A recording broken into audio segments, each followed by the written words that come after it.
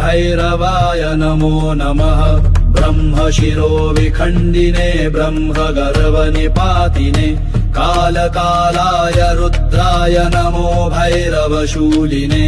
विष्णुमोहविनाशिने विष्णुसेवितशम्भवे विष्णुकीर्तितसोमाय कालभैरवते नमः।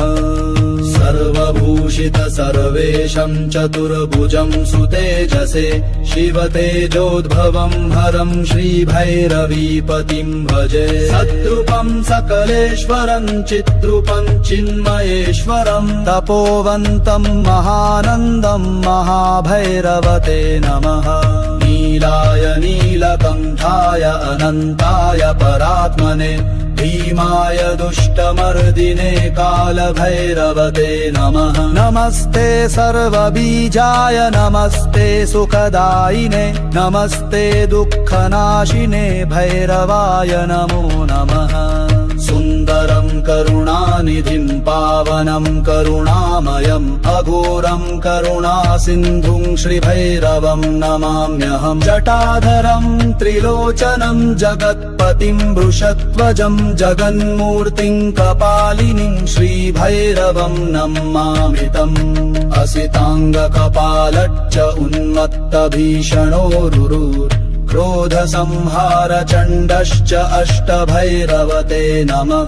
कौमारी वैष्णवी चण्डी इन्द्राणी ब्रह्मणी सुधा अष्टमातृकचामुण्डा श्रीवाराहि महेश्वरी। काशीक्षेत्र सदा स्थितं काशीक्षेत्र सुपालकं काशीजनसमाराध्यं नमामि कालभैरवम्। अष्टभैरव स्रष्टारम् अष्टमात्र सुपूजितं सर्वभैरवनाथं च श्रीकालभैरवं भजे। विष्णुकीर्तितवेदेशं सर्वर्षि नमस्कृतं पञ्चपातकनाशकं श्रीकालभैरवं भजे। सम्मोहनमहारूपं चेतुर्वेद प्रकीर्तितं विराट पुरुषमहेशं श्रीकालभैरवं भजे।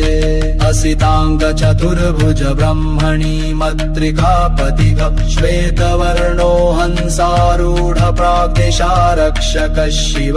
श्रीरुरुं वृषभारूढम् आग्नेय दिक्सुपालकं नीलवर्णं महाशूरं महेश्वरीपतिं भजे। मयूरवाहन चण्डकौमारी मातृका प्रिय रक्तवर्णो महाकाल दक्षिणादिक्सुरक्षक गरुडवाहन क्रोध